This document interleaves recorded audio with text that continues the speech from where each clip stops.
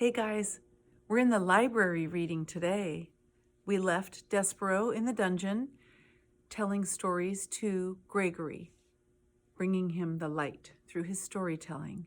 And now we start Book the Second, Chiaroscuro. Chapter 16, Blinded by the Light.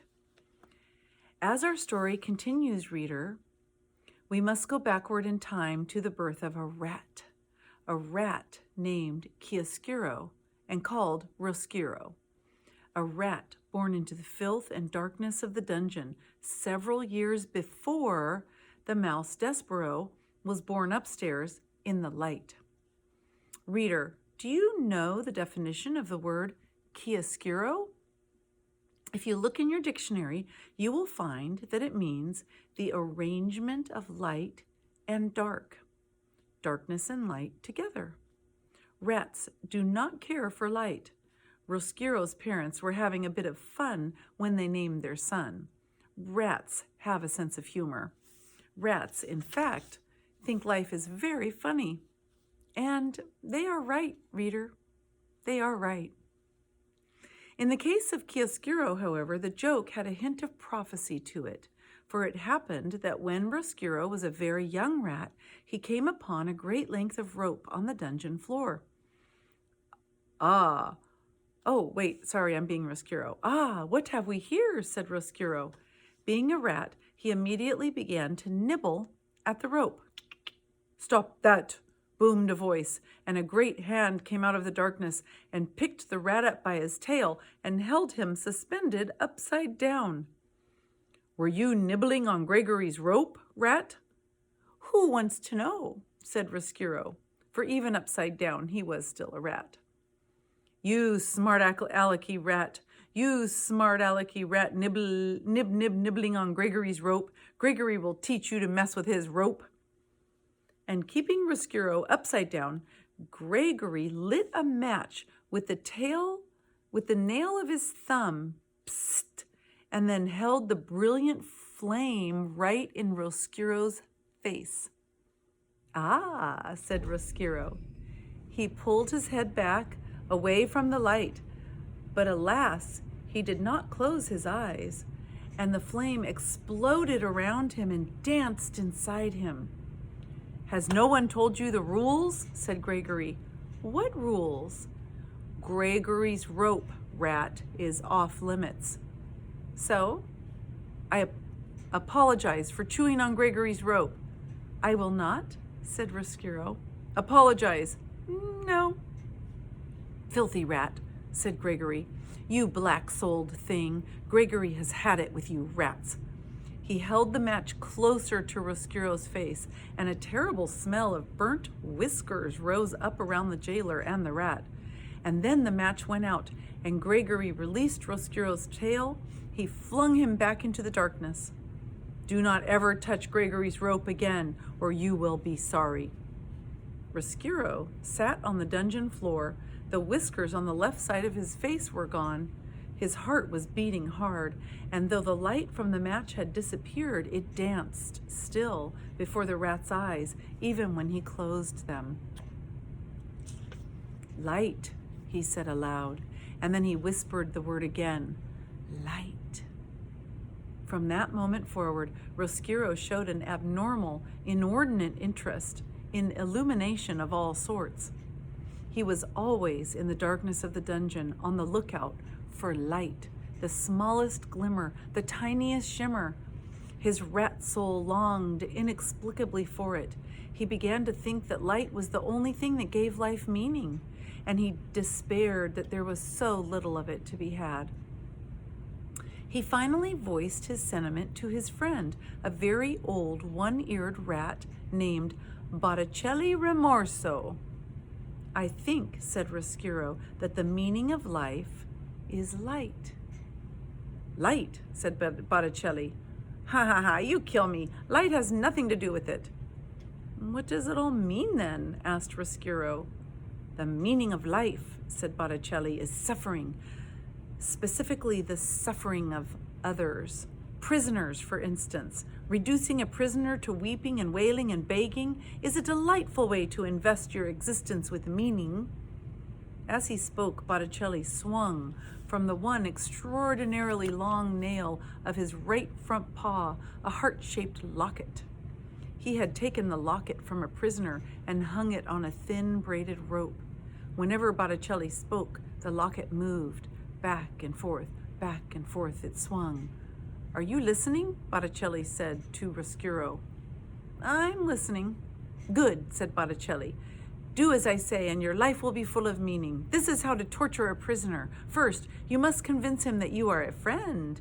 Listen to him, encourage him to confess his sins, and when the time is right, talk to him. Tell him what he wants to hear. Tell him, for instance, that you will forgive him. This is a wonderful joke to play upon a prisoner, to promise forgiveness." "Why?" said Roscuro. His eyes went back and forth, following the locket. "Because," said Botticelli, "you will promise it, but you will not grant it. You gain his trust, and then you deny him. You refuse to offer the very thing he wants, forgiveness, freedom, friendship, whatever it is that his heart most desires, you withhold." At this point in his lecture, Botticelli laughed so hard that he had to sit down and catch his breath. The locket swayed slowly back and forth, and then stopped altogether. "Ha!" said Botticelli. "Ha! You gain his trust, you refuse him, and you become what he knew you were all along.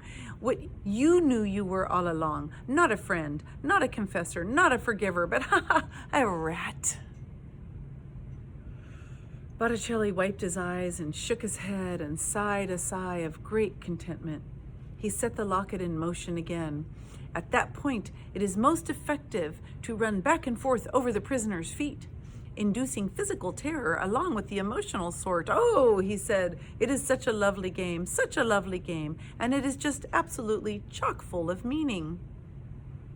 I would like very much to torture a prisoner," said Roscuro. "I would like to make someone suffer."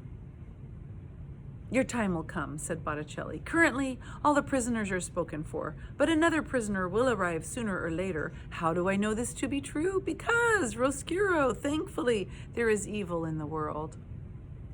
And the presence of evil guarantees the existence of prisoners. So soon, there will be a prisoner for me." "Yes," said Botticelli remorso. "Yes, I'm looking forward to it." Ha! Of course you are looking forward to it. You are looking forward to it because you are a rat, a real rat." "Yes," said Roscuro, "I am a real rat." "Concerned not at all with the light." "Concerned not at all with the light," repeated Roscuro. Botticelli laughed again and shook his head. The locket, suspended from the long nail of his paw, swung back and forth. "You, my young friend, are a rat." "Exactly. Yes, evil, prisoners, rats, suffering. It all fits together so neatly, so sweetly. Oh, it is a lovely world, a lovely, dark world." Oh, you guys, this book, it's so heavy. Okay, chapter 17 is called Small Comforts.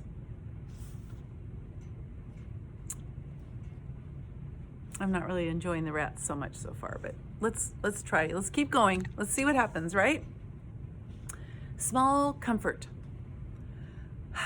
Not long after this conversation between Botticelli and Roscuro, a prisoner did arrive. The dungeon door slammed, and the two rats watched a man being led by a king's soldier down the stairs into the dungeon. "Excellent," whispered Botticelli. "This one is yours." Roscuro looked at the man closely. "I will make him suffer," he said. But as he stared up at the man, the door to the dungeon was suddenly flung open, and a thick and brilliant shaft of afternoon light cut into the dark of the dungeon. "Ugh," said Botticelli. He covered his eyes with one paw. Roscuro, however, stared directly into the light. Reader, this is important. The rat called Chiaroscuro did not look away. He let the light from the upstairs world enter him and fill him. He gasped aloud with the wonder of it. "Get him his small comforts," shouted a voice at the top of the stairs, and a red cloth was thrown into the light. The cloth hung suspended for a moment, bright red and glowing, and then the door was slammed shut again, and the light disappeared, and the cloth fell to the floor. It was Gregory, the jailer, who bent to pick it up. "Go on," said the old man as he held out the cloth to the prisoner. "Take it. You'll need every last bit of warmth down here." And so the prisoner took the cloth and draped it around his shoulders as if it were a cloak, and the soldier of the king said, Right then, Gregory, he's all yours." And the soldier turned and went back up the steps and opened the door to the outside world, and some small light leaked in before he closed the door behind him. See, here's Chiaroscuro staring directly into the light. Here's the rats. Can you see the rats?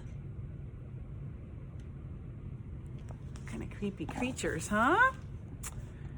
"Did you see that?" Chiaroscuro said to Botticelli. "Hideously ugly," said Botticelli. "Ridiculous. What can they possibly mean by letting all that light in at once? Don't they know that this is a dungeon?" "It was beautiful," said Chiaroscuro. "No," said Botticelli. "No." He looked at Chiaroscuro intently. "Not beautiful. No." "I must see more light. I must see all of it," said Chiaroscuro. "I must go upstairs." Botticelli sighed. "Who cares about the light? Your obsession with it is tiresome. Listen, we are rats. Rats. We do not like light. We are about darkness. We are about suffering." Ooh, I dropped a book. "No buts," said Botticelli. "Wait, but," said Chiaroscuro. "Upstairs." "No buts," said Botticelli. "No buts. None. Rats do not go upstairs. Upstairs is the domain of mice." He took the locket from around his neck.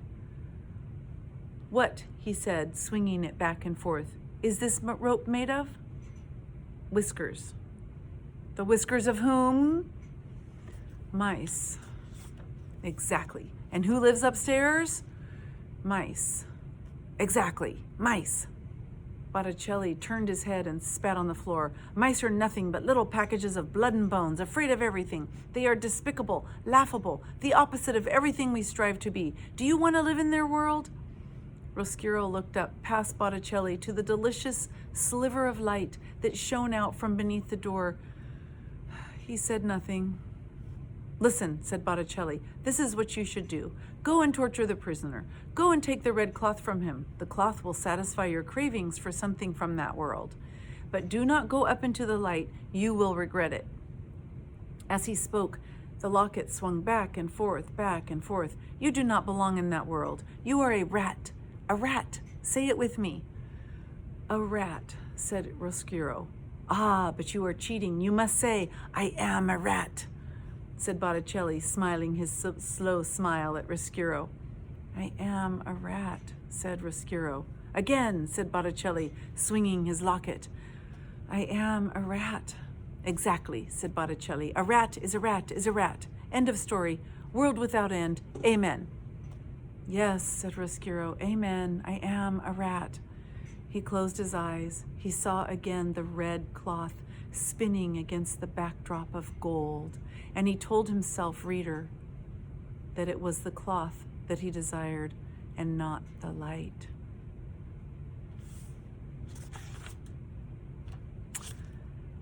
Okay, I'm going to hang in there. Tomorrow is going to be some light. You guys have a great day.